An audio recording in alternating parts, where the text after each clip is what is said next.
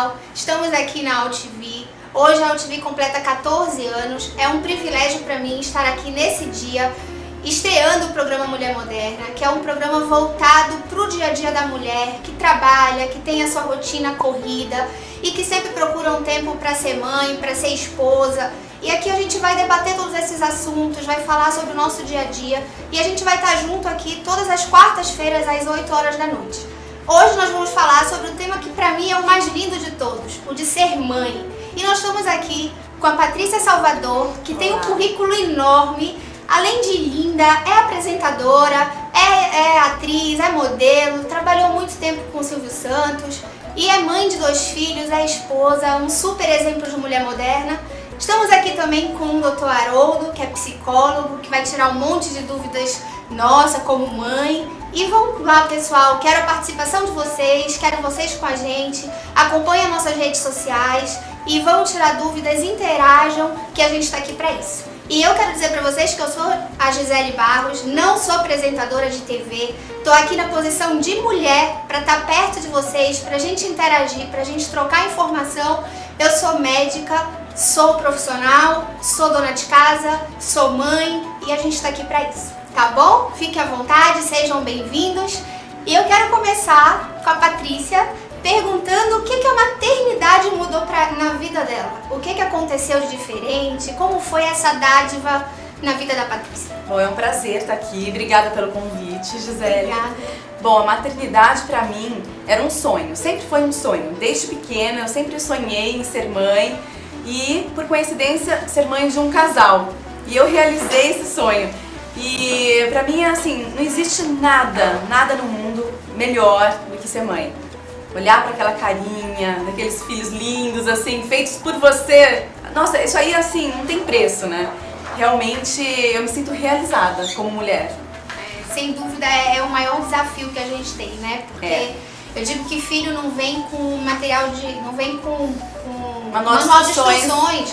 A gente lida todo dia, são dúvidas todos os dias, a gente aprende fazendo. E é difícil, não é fácil não, cada dia é um novo desafio, né, e assim, mas é bom enfrentar esse desafio. É verdade. Eu queria perguntar agora para o Dr. Haroldo, as mulheres que têm filhos e que de repente engravidaram sem ter se programado para isso, é comum ter problema de depressão durante a gestação, a dificuldade da mulher aceitar a mudança do seu corpo, aceitar a mudança na sua vida. É muito comum. O que acontece no dia a dia da mulher que não se programou e descobriu que está grávida? Bom, primeiro eu gostaria de agradecer o convite e cumprimentar a AltV por todo esse tempo aí no ar, aí, com todo esse sucesso, a audiência. Também agradecer a Gisele, e ela disse que ela não é apresentadora. Você, internauta, imagine se ela fosse apresentadora, né? Já viu que ela domina bem, não é muito verdade não, ela leva bem a coisa. Mas eu diria o seguinte... Isso aqui é igual ser mãe, fazendo e aprendendo. E aprendeu rápido.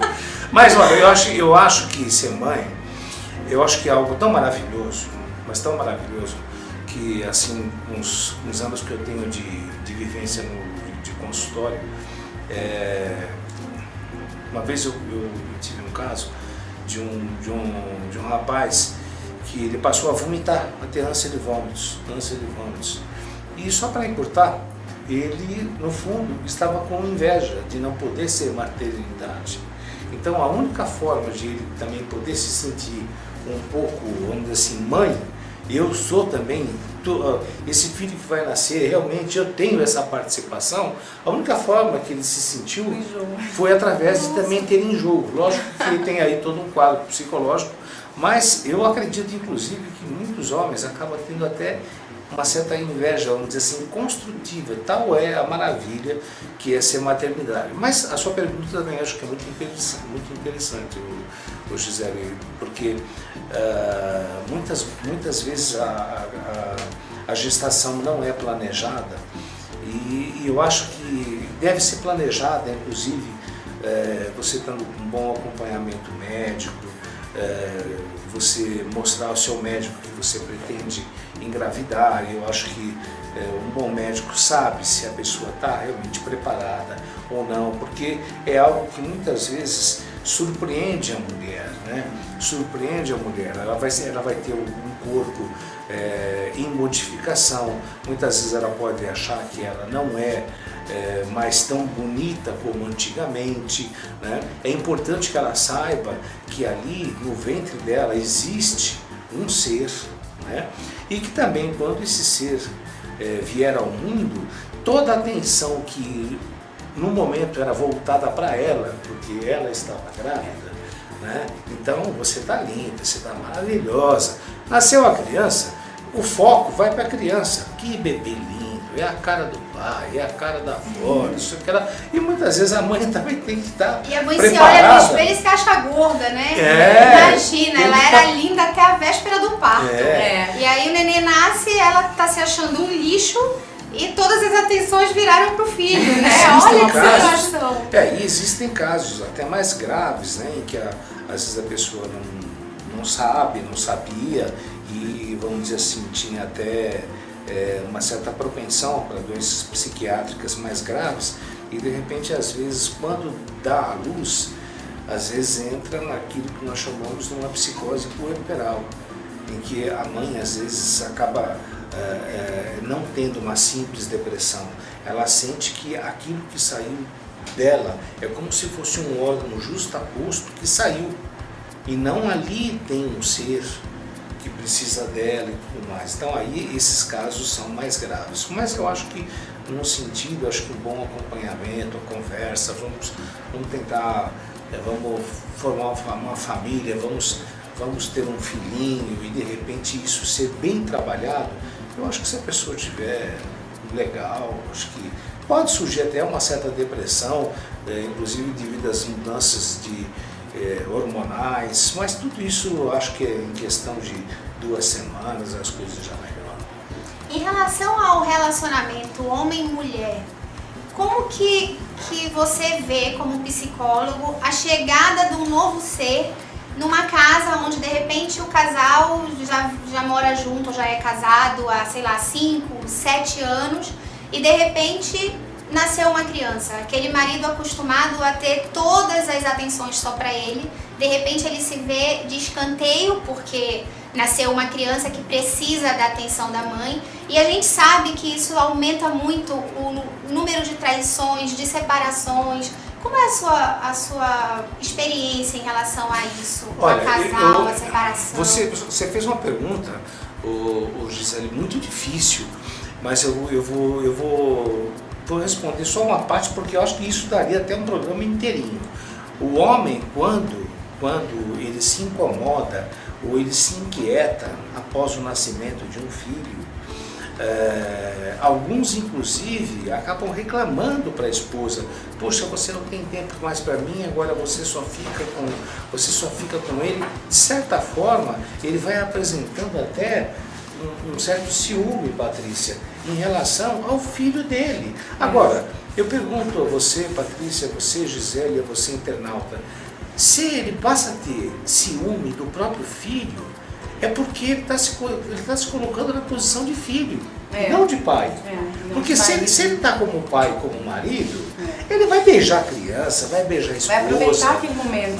Você vai curtir seu filho. Agora, se você começa a ter ciúmes e achar que o filho é um obstáculo para o seu relacionamento, é porque, no mínimo, aquilo que é seu filho, você está vendo como irmão. Então, esse homem precisa de uma ajuda psicológica urgente, porque vai despertar sentimentos de culpa na mãe e outra coisa que eu, particularmente, acredito. Não há prova científica nenhuma disso.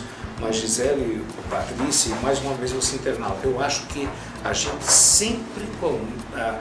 eu acho que nós temos uma coisa chamada inconsciente. E o inconsciente, eu acho que o ser, ele começa a perceber se ele é aceito, se ele não é aceito, se existe rivalidade ou não, se os pais se dão bem ou não, na minha opinião, até na vida intrauterina. Porque o inconsciente, e já diz, é inconsciente, nem nós sabemos bem, mas nós sabemos que às vezes através de uma regressão, de uma hipnose, aparecem coisas que você fala, meu Deus, quem é que ia imaginar? É verdade. Patrícia, como foi isso pra você? Como foi a chegada do teu primeiro filho na tua vida?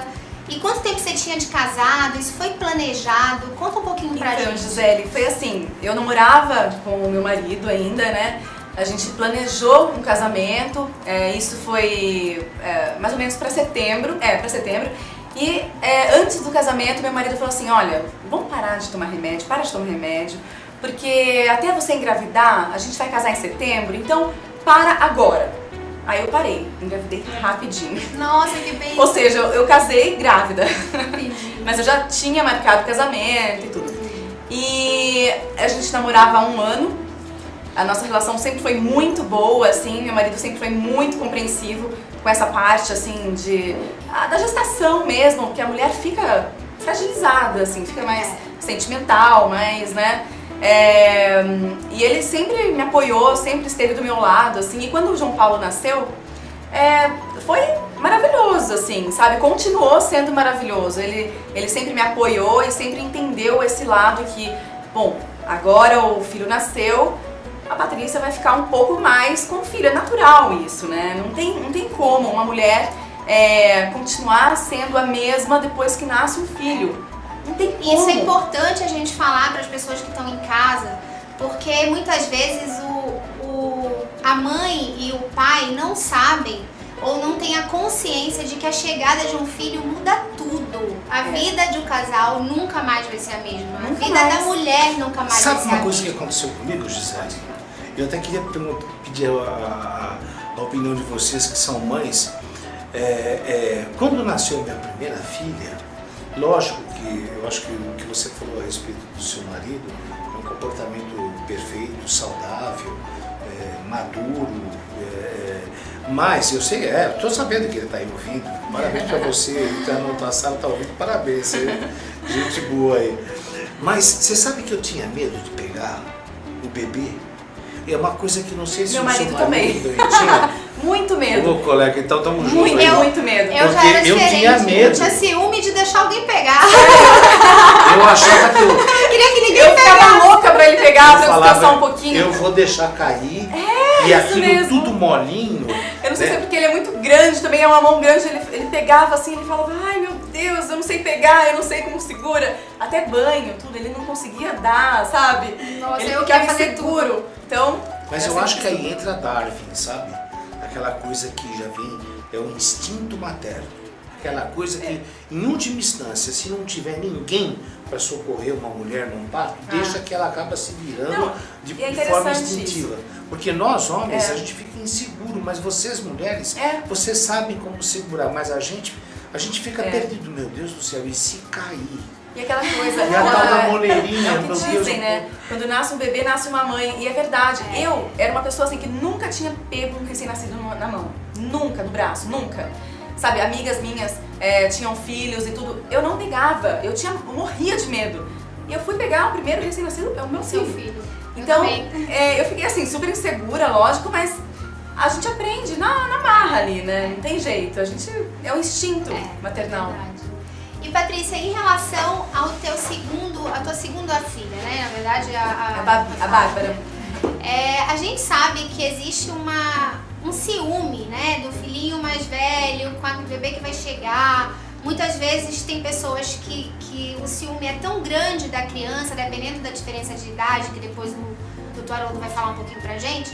Mas tem ciúmes de infância que se estendem para uma vida. É verdade. Né? E eu conheço casos assim. Então eu queria saber como é que foi o preparativo para a chegada dessa segunda filhinha, como é que foi a adaptação, que tática você usou para de repente não ter problema de ciúme entre os dois. Bom, desde quando eu engravidei da Bárbara, eu fui aproximando mesmo o meu filho dela já na barriga. Eu falava, filho, aqui tem uma menininha, a sua irmã, a sua princesinha, que você vai ajudar a cuidar. Eu nem sei se isso é o certo, né, doutora? Mas assim, eu usava muito isso, sabe?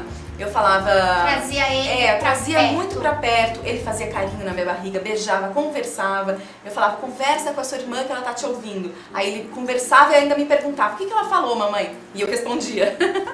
Mas então, ele foi assim, acostumando tanto. E quando ela nasceu, foi um amor tão Quantos anos grande. ele tinha? Ele tinha 2 anos e meio quando ela nasceu. E assim, ele sempre foi muito esperto, sabe? Sempre falante, assim. Então, ele entendia tudo que eu falava. Na gravidez toda, ele entendia.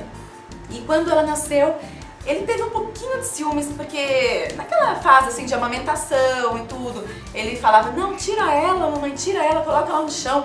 Sabe, ele fazia tinha umas crisezinhas de ciúme.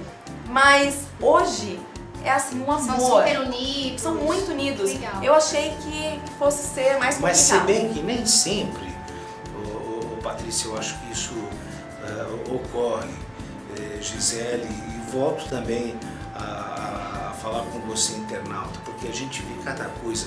Por exemplo, eu já vi um caso assim, nascer na faixa etária que estava o seu filho, 3 anos, e a criança falou, é bonitinho, mas pode colocar de volta, tipo assim. Eu já vi.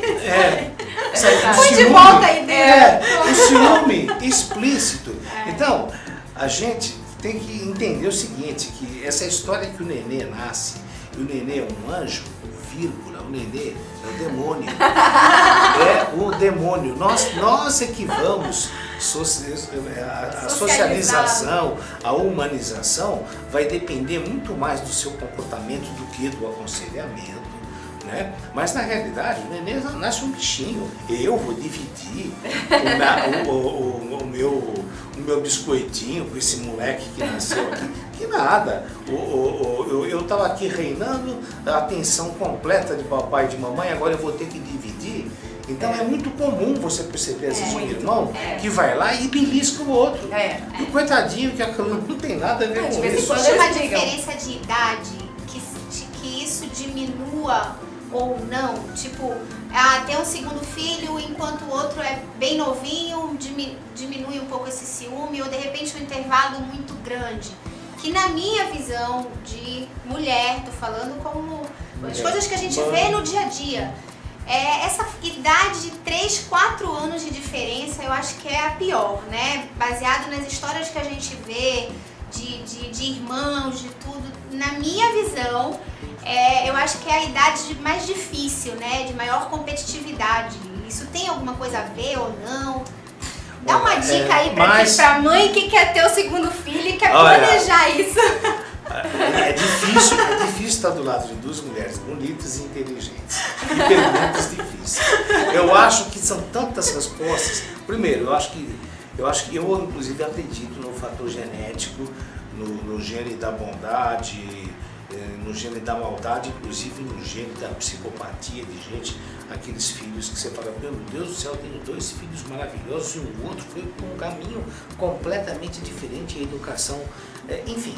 Eu acho que cada um de nós tem uma estrutura psicológica e vamos partir de que você tem os filhos com uma estrutura psicológica, a coisa vem mais ou menos certa no aspecto biológico, o comportamento da casa é bom, pai e mãe se dão bem. Acho que a criança vai aprendendo a ver que de repente o pai cede, de repente a mãe também cede, entre eles existe esse compartilhar, né? E se a criança aprende muito mais com a observação do que com o falar ou admoestar, se a criança vê um respeito, um amor, um compartilhar entre pai e mãe, já começa por aí, você também mostrando para ele, olha, você não percebeu? A mamãe sempre dá um pedacinho também para o papai, e o papai também sempre dá um pedacinho para a mamãe. Então são coisas que, se tudo estiver correndo bem, eu tenho a impressão que tende a correr bem, né?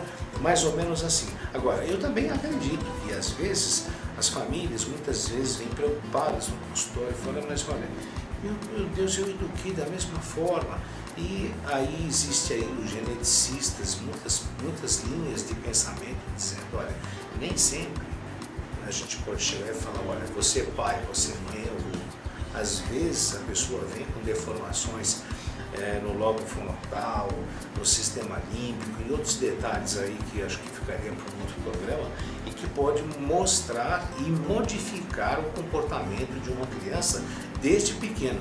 E já nos primeiros anos de vida, 5, 6, 7 anos, uma criança que maltrata de animais domésticos, uma criança que às vezes agride o próprio irmãozinho até sangrar, coisas assim, agressivas demais. Quando isso já ocorre, já é o momento de você procurar ajuda, porque se nada for feito, isso pode até evoluir. De repente você tem uma casa de um bom comportamento, de uma boa relação com pais, então o comportamento eu acho que é fundamental, mas também deve se levar em consideração os fatores bioquímicos, biológicos e hereditários. Legal. Hoje a gente sabe que não pode mais dar aquela surra, né? Aquela coisa Nem que a tapinha. gente... Né? Eu levei umas surras que não se perderam. Então, e assim, eu queria saber da Patrícia, como é que você faz no seu dia a dia para educar os seus filhos, né? Você conversa, você põe de castigo. Qual a sua tática? O meu filho é bem levado. Ele tem 4 anos, ele é super elevado, ele apronta, ele não me obedece às vezes. Mas assim, ele é um amor, ele é uma criança. Ele é criança como qualquer outra. Eu acredito assim, que ele não é diferente de qualquer outra criança de 4 anos. Então eu uso muito o cantinho para ele pensar. O cantinho do pensamento. E isso dá certo, costuma dar muito certo em casa. Com a Bárbara ainda não, ela não entende nada. Ela desobedece, mas assim, ainda eu acho que não cabe o cantinho. Mas com o João Paulo, vai super bem mesmo. Eu falo pra ele, pensa aí no que você fez. Costumo deixar 4 minutos, que é a idade dele. E depois, quando acaba o castigo, ele vem, conversa comigo, eu converso, eu fico na altura dele, olhando nos olhos dele, abraço, beijo, e ele muda aquele comportamento, pelo menos por algum tempo, até fazer de novo. Mas costuma dar certo, pelo menos em casa, né? Você sabe que eu vi, posso falar? Pode? Você sabe que eu vi, acho que tem mais ou menos acho que uns 2 anos, foi capa, faço questão de dizer o nome da revista de veiculação nacional, porque a matéria foi excelente. Foi capa da revista Veja, mas nem um tapinha. Eu lembro. Você se lembra disso? Mas nem um tapinha. E eu acho que isso, de certa forma, eu acho que em alguns momentos a gente acaba se sentindo culpado, porque às vezes você é um pouco mais enfático, você às vezes é um pouco mais contundente, porque tem certos momentos que você tem que ser, porque a criança não tem um juízo crítico. É verdade, tem que ser Entendeu? firme. E às vezes você tem que ser firme porque ela pode estar colocando em risco, inclusive, a vidinha dela. A gente sabe o que tem de criança, por exemplo, na periferia, que de repente sobe em cima do tanque, em que a mãe lava a roupa, o tanque cai em cima, tem um esmagamento de tórax e já foi, acabou, mais um para a estatística. Então eu acho que tem certos momentos que os pais não devem se sentir não culpados. Às vezes, a criança vai adquirindo o juízo crítico, o raciocínio com o tempo, mas existem situações em que você tem que ser enfático. Isso não pode e ponto final. E com toda essa história, despertou um monte de culpa em pais que disseram, puxa, mas aquele dia eu peguei pesado com meu filho. Não, às vezes você salvou seu filho. Eu fui criada ouvindo o seguinte ditado: quem não faz o filho chorar, chora por ele. E eu acho que é bem por aí. Pessoal, a gente vai dar um intervalinho, daqui a pouco a gente está de volta falando desse assunto que é apaixonante. Até daqui a pouco.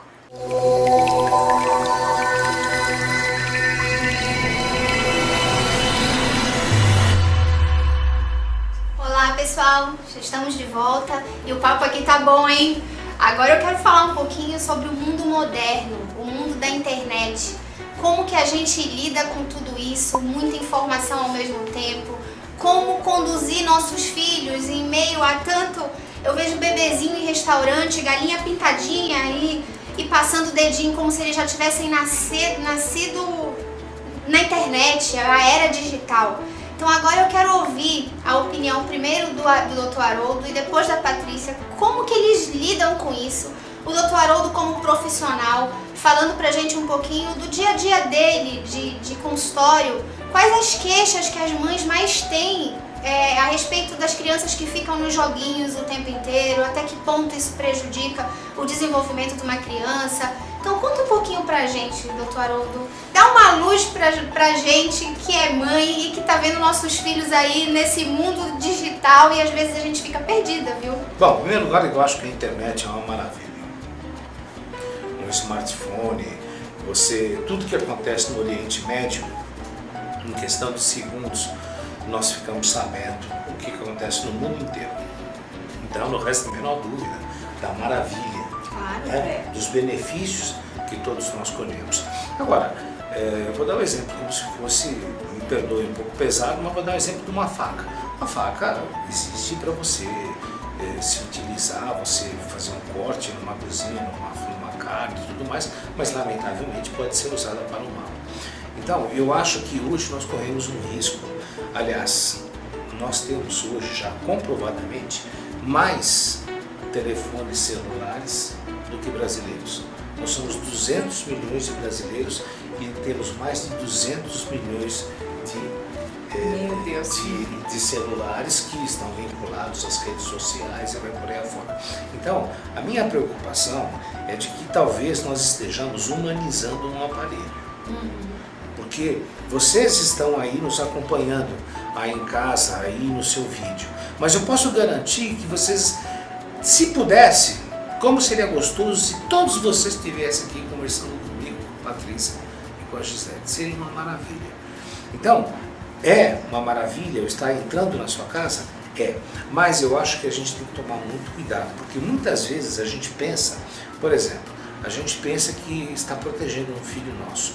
Olha, deixa ele aqui dentro, ele está aqui dentro, ele está aqui, eu estou vendo que ele está lá no computador, e às vezes você não sabe que o inimigo está dentro da sua casa. É verdade. O inimigo está dentro da sua casa, às vezes você não sabe. Aliás, hoje mesmo foi matéria de um telejornal de uma menina que está desaparecida, que marcou o encontro pela internet e está desaparecida.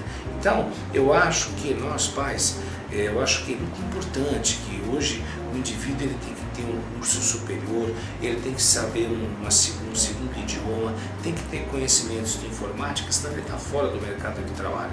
Você tem que preparar o seu filho para o mundo, porque o seu filho, você não vai ser eterno, mas também você tem que acompanhar o desenvolvimento do seu filho. Gisele, eu acho que você perceber, meu filho está saudável, está corado, está bonito, está bem, ótimo, mas acompanhe o desenvolvimento afetivo. Escuta, olha, se tem alguma pergunta, faz para o papai, faz para a mamãe. Às vezes você está falando com uma pessoa que você não conhece, mas eu posso te ajudar. Às vezes você pode ficar até meio envergonhado, mas faz a pergunta para o pai, para a mãe. E você, pai e mãe, na minha opinião, a gente devia estabelecer, dependendo da faixa etária, tipo assim, não mais do que 2 horas na internet, mas desde que você esteja por perto. E hoje existem formas de você bloquear determinadas redes sociais e tudo mais. Agora, o mais importante é que você, pai, você, mãe, você acompanhe com quem meu filho está falando, quais são as redes sociais. Isso cabe a nós, porque eles estão aprendendo com o nosso comportamento. Agora, que é uma maravilha, e que pode trazer benefícios maravilhosos em termos de conhecimento dos nossos filhos, em termos de pesquisas escolares, não resta a menor dúvida. Mas sem querer fazer um terrorismo, pode levar o seu filho para fora do país, pode levar o seu filho para o terrorismo, para as drogas e, para o pior de tudo, para o cemitério. Patrícia, como é isso na sua casa? Bom, eu adoro internet, estou sempre conectada, né? E meus filhos veem isso, acompanham isso. E o meu filho adora o iPad, aliás, os dois adoram o iPad. Já estão na galinha pintadinha? Já estão, Nossa, desde quando incrível nasceram. como ele já tem o dedinho pronto, né? Já, eles mudam assim rapidamente. Mas o meu filho, ele gosta muito do YouTube, ele assiste assim os canais infantis, né, que ele gosta, que eu assinei pra ele. Então, assim, ele assiste muito. Mas assim, eu falo assim, não, só um pouquinho por dia, né? Não o dia inteiro também, porque senão realmente eu não acho saudável nem pros olhos dele. Eu não sei se deve fazer mal, mas eu acredito que sim, né? O tempo inteiro naquele iPad olhando assim, eu acredito que não faça bem. Mas meu filho é muito ativo, ele não é de ficar muito parado. Então, um pouquinho que ele fica parado, ele pega o iPad e assiste lá os vídeos que ele gosta. E tudo bem, assim, eu acho que não tem problema por enquanto. A minha preocupação é na adolescência, ou quase na adolescência, né? Eu acho que essa é a minha maior preocupação, assim. Acho que é de todas nós, né? É. Inclusive eu quero perguntar pro Dr. Haroldo. Mas antes, você me permite? Pode, claro. Você desculpa. Quando eles me convidaram, eu falei, olha, eu falo mais que a boca. De vez em quando me corta. Mas olha, eu vi uma estatística, Gisele, que eu fiquei assim, eu falei, mas o que tem a ver? Você sabia que crianças que ficam mais tempo na internet ou nas redes sociais se acidentam com maior frequência? Aí eu falei, mas qual é? Eu fiz questão, abri e fui ler. Aí o cara falou assim, você sabia que crianças que ficam 4, 5, 6 horas na internet, lá nos joguinhos e tudo mais, se acidentam com muito mais facilidade, principalmente no tocante a fraturas? Nossa. Eu falei, mas por quê? Aí o cara me deu uma explicação. Eu falei, gente, olha como nós precisamos aprender. Enquanto seu filho fica 5, 6 horas ali digitando, conversando e tudo mais, aquele outro garoto que está lá embaixo no playground pulando corda, pulando muro, nadando, entendeu? Subindo aqueles negócios lá que eu não sei como é que chama, aqueles montes de ferro, de repente toma um tremendo de um tombo, aprende a cair. Mas aquele que está sentado só digitando, ele não aprende a cair, ele não aprende a pular um muro. Então, quando vai fazer, se arrebenta. Até uma coordenação motora. Se arrebenta todo, Gisele. Eu falei, não, o povo tem que saber. Nessa época eu estava participando de um outro programa de televisão à tarde, e eu falei, não, ainda hoje eu vou falar sobre isso, porque faz todo sentido. E até nisso que você, pai, você, mãe e educador, tem que estar atento. Dê um tempo, corta e corta mesmo. Agora, escuta, você não vai jogar uma bola? Vamos nadar, vamos sair, vamos andar. Porque de repente, e a psicomotricidade? Vai ficar ali no teclado? É verdade. Né? E hoje em dia também está provado que até nós damos maus exemplos. Né? Quantos acidentes são provocados? Porque de repente eu estou aqui teclando e ao mesmo tempo dirigindo. Gente, não dá. Só que o seu filho está observando. Ele vai copiar. É verdade. Você acha que a internet, as redes sociais estão contribuindo para uma sexualidade precoce? Eu vejo meninas de 9 anos, 10 anos, 11 anos, toda maquiada, postando foto, fazendo bico, fazendo as selfies. Isso chama a atenção, isso tem causado algum tipo de problema psicológico para as adolescentes, para as crianças, porque para mim ainda é uma criança, uma menina de 9 anos, mas isso é muito precoce e está cada vez maior, né? Essa quantidade o próprio estímulo a essas postagens, a competição muitas vezes entre amigas. Fala pra gente um pouquinho, dá uma dica pras mães, principalmente de meninas, porque eu acho que esse universo é até mais perigoso pras mulheres, né? A gente acaba sendo mais vulnerável, as filhas, no caso. Eu acho que a gente não pode responsabilizar a janela pela paisagem. A internet é uma maravilha, é uma maravilha, mas na realidade a internet mostra tudo que nós estamos fazendo. Né? Ao mesmo tempo que o Ministério da Saúde pega e diz, olha, nós ainda temos um vírus fatal, que ainda não se tem ainda uma solução, né? Que eu estou me referindo ao HIV, você tem ao mesmo tempo toda uma mídia que propaga para que você mantenha relações sexuais. Né? Se você vai a uma revistaria, o que você mais vê é bumbum, seio, pernas, né? E hoje em dia uma menina que chega a uma certa idade e não teve uma relação sexual, ela acha que tem alguma coisa errada com ela. Se ela posta uma foto, uma selfie dela, e às vezes até com poucas roupas, e ela não tem, ou ela não recebe muito curtidas, ela começa a achar que ela é feia, entendeu? Que ela de repente não agradou. Mas o que você percebe é que, por exemplo, todos se lembram daquela música, a dança da garrafa, né? Que era? Boquinha da garrafa. Boquinha da garrafa. Você colocava a garrafinha ali e aquilo ali, vamos ser francos, era uma forma de você mostrar mais ou menos um ato sexual. O que acontece? Uma criança, quando começa a praticar eu vou fazer a dancinha também da garrafa. O que acontece? Você precocemente começa a estimular áreas no cérebro que correspondem à sexualidade. Por quê? Porque você está fazendo uma dança erotizada.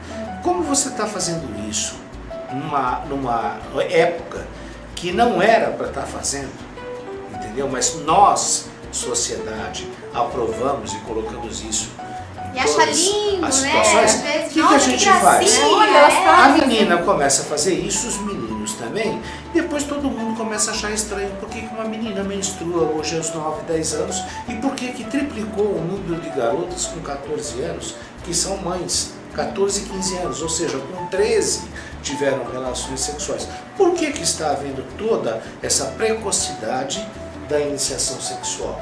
Eu vou colocar a culpa na internet? Não, a internet é a janela do que nós, sociedade, estamos fazendo de errado. E outra coisa, mensagens dúbias, porque ao mesmo tempo que o Ministério da Saúde pega e fala, olha, use preservativo, tome cuidado, você tem toda aí uma propagação de que você tem que ter um ato sexual, senão você tem coisa errada com você. É complicado. Existe uma idade que, na sua visão, seria ideal, a idade mínima ideal, para um filho ter um Facebook, um Instagram? Você teria uma noção para dizer pra gente, tipo, a partir dos 15 anos, a partir dos 12, qual a idade mais perigosa, a idade que a menina, principalmente, está mais suscetível a acreditar nas conversas, a acreditar nas cantadas que ela ouve na internet, a cair nessas histórias, a achar que encontrou o príncipe? Existe uma idade mínima que você tem um risco menor de passar por isso ou não? Olha, você como mulher moderna e modesta apresentadora que abriu o programa dizendo que, olha, eu não sou apresentador, é apresentadora. É outro muito bem. Eu acho o seguinte, que quem está mais apto a responder essa pergunta que você fez é você e a Patrícia. Pelo seguinte, porque eu acho que, por exemplo, uma mãe quando me procura no consultório, uma das primeiras perguntas que eu faço, mãe, você desejou essa criança? Houve uma tentativa de interrupção? Porque na minha opinião, eu acho que esse contato mãe e filho já começa lá no útero, no ventre materno. Se a mãe, por exemplo, tem realmente a ideia fixa de que aquela criança não é bem-vinda, e vamos supor que essa criança venha ao mundo, na minha opinião, está gravado lá no inconsciente dela a rejeição. E aí é o tipo daquela pessoa que sempre vai estar duvidando se realmente lá na adolescência você me ama mesmo. Às vezes o namorado adora a pessoa. E a pessoa, você gosta realmente de mim? Você realmente gosta de mim? E o dia que esse namorado vai embora, de tanto essa pessoa questionar, ela pega e fala, tá vendo? Eu sabia, ele não gostava de mim. E às vezes isso vem da vida intrauterina, porque a mãe fez uma rejeição. Então eu acho que toda mãe, lógico, desde que seja uma pessoa informada, uma pessoa esclarecida, ela vai saber o tempo certo que deve deixar o seu filho. Às vezes você pega crianças super inteligentes, que, aliás, eu, honestamente, às vezes eu penso, ou eu tô com Alzheimer, ou eu sou burro. Porque quando eu vejo meus filhos, ou tem algumas crianças que eu falo, meu Deus do céu, não é possível, os caras mexem, resolvem tudo. E eu, para aprender uma coisa, demoro um tempão em se tratando de informática. Então eu acho que, quando você percebe que seu filho é inteligente, eu acho que você deve deixar assim. Até mesmo, acho que nos primeiros anos, a gente sabe que quanto mais você estimular, a tendência é de que vá ser uma pessoa muito bem estruturada em termos de inteligência. Se tiver um meio ambiente bom, ela tem tudo para ela caminhar legal. Agora, você como mãe deve saber também, mas porque saiu do seu ventre, você conhece. Então, na verdade, é muito mais um problema, ou seria uma situação de vida intrauterina, de criação, aquela carência que muitas vezes a criança tem, a menina, vamos falar assim, que eu acho que é muito a cara de menina isso, né? Menino, eu acho que nessa idade tá muito joguinho ainda. Eu acho que ainda tá... A menina amadurece mais rápido, acho que é muito mais a cara da menina. Mas essa carência que muitas vezes ela joga numa rede social e se apaixona pelo cara que tá falando do outro lado e ela acaba sendo levada a tirar fotos, né, e fazer as nudes, enfim. Então, muitas vezes, isso é um problema de criação, pelo que ele falou, essa própria aceitação, às vezes, da mãe. Você como mãe, você bate o olho no seu filho, você não sabe quando tem coisa errada? Sim, pelo instinto. Claro. Não pela sua profissão, como apresentadora, grande apresentadora, entendeu? Mas a gente Se não bate... sou apresentadora, eu sou médica. Bom, já eu não ia falar, mas ela falou, então... E apresentadora. Bate o olho, sabe? Eu acho que tem que se respeitar muito o instinto materno. Então, eu acho que a mãe deve ser aquela pessoa que bate o olho e fala, olha, é inteligente, deixa andar um pouquinho. Pô, olha só o que o moleque fez na internet. Deixa andar um pouquinho, mas sempre de olho. Que também saiba o momento certo, chega a falar, bom, agora nós vamos parar um pouco para não humanizar um aparelho e vai brincar com seus amiguinhos para desenvolver também algum senso de humanidade, de ética, de princípios, de moral, de convivência, até mesmo um pouco de religiosidade, que não faz mal a ninguém. E eu acho que isso é um feeling que a mãe tem que chega a fazer inveja aos homens. Às vezes a gente fala, como é que a minha mulher percebeu isso? E eu aqui, o Jacu, não percebi. Eu acho que a mãe percebe essas coisas mesmo. Isso mesmo. Patrícia, você como mãe, né, de um casal, qual o teu maior medo? Da adolescência? Qual a fase que mais te assusta? Com certeza, a adolescência. Eu tenho muito medo de drogas, de andar com pessoas erradas, de repente não perceber isso. A gente está falando que a mãe percebe tudo, mas a gente vê mães assim que realmente não percebem, né, que os filhos estão andando para o caminho errado. E eu acho que na adolescência acontece muito disso, né? Acho que o adolescente ele se acha muito grande, muito adulto e na verdade não é nada disso. E, bom, a gente passou por isso também, acho que na adolescência a gente realmente acha que já sabe de tudo e não sabe de nada. Então, o meu medo é essa fase. E essa é a fase que você está falando, que eu duvido quem de nós... Bom, eu já passei porque tá na cara que eu tenho. Quem não aqui, tem o frio na barriga. Quem tem aqui muito mais idade sou eu e eu tenho 3 filhos. Mas essa idade que a Patrícia falou, que até os 12 anos você é o herói do seu filho. Começou, já nos 12 anos, já começa o professor, os meus amigos. Gente, tem pai e mãe que acaba ficando doente, porque pega e fala assim, olha, eu sempre amei meu filho, agora eu vou colocar a mão no ombro. Ele fala, pô pai, tira a mão do meu ombro. Não pode pai. beijar, não pode abraçar. Ô mãe, para com esse lance de vir me beijar toda hora, aqui na porta da escola, mãe. Aí você pega e fala, pô, não gosta mais de mim. Não é isso. É que ele está querendo mostrar que ele já não é mais criança. Eu já tomo conta, já sei tomar conta de mim mesmo, inclusive é nessa hora que a maior prova de que ele quer mostrar que ele sabe tomar conta dele mesmo é que ele quer colocar um piercing, fazer uma tatuagem para mostrar que já tem domínio sobre o corpo e provavelmente já tem domínio dele, ele sabe. Inclusive ele vai falar para você, mãe, você é uma cafona, pai, você tá louco, pai, como você é careta, mas é aí que você também tem que ter o pulso, fala, não, eu sou careta, eu sou tudo mais. Ah, o vizinho deixa a filha chegar às 2 da manhã, só que aqui, filha, não é assim. Todo mundo vai, mãe, todo mundo. Eles usam assim, né? Esse é o momento em que a gente não pode perder muito pulso, sabe, Gisele? Você também tem que chegar e falar, olha, você vai ficar aborrecido comigo, mas eu esperei até 18 anos para pegar o carro. Eu não vou te dar o carro com 16. É saber dizer não, né? É importante. Patrícia, agora eu vou fazer a pergunta que eu tenho certeza que todas as mulheres estão esperando essa resposta. O que você faz pra ficar tão linda, pra se manter linda, com uma rotina atribulada, com 2 filhos pequenos? Conta pra gente. Obrigada pelo elogio primeiro. Bom, vida de mãe é bem corrida, né? A gente não tem muito tempo, assim, pra se cuidar direito. Eu procuro me alimentar corretamente, de forma mais saudável. Eu que não era de comer muita verdura, muito legumes, essas coisas mais saudáveis. Passei a comer e hoje eu amo, sou viciada. Todo dia eu tenho que comer uma salada, uma coisa saudável.